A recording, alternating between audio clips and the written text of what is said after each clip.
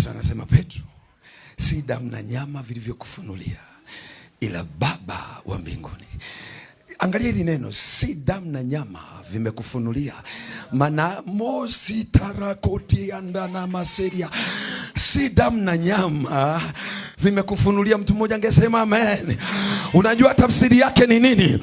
Yesu anasema, Petro, wewe kunifahamu sio kwa sababu tulitembea wote, sio kwa sababu tulitumika wote miaka mitatu, sio kwa sababu ulikuwa unakaa karibu na mimi, ila ufunuo umetoka kwa Baba, umeachiliwa ndani yako.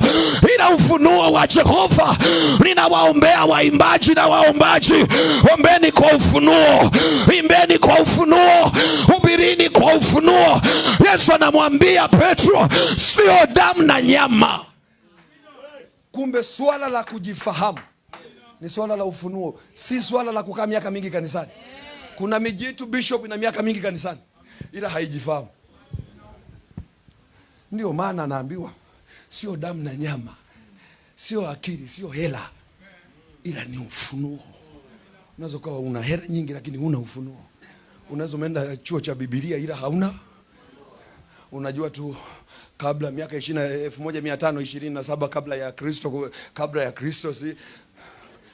Na kanisa tulilonalo sasa hivi bishop anajua halihitaji maandiko mengi kwa sababu wanayajua.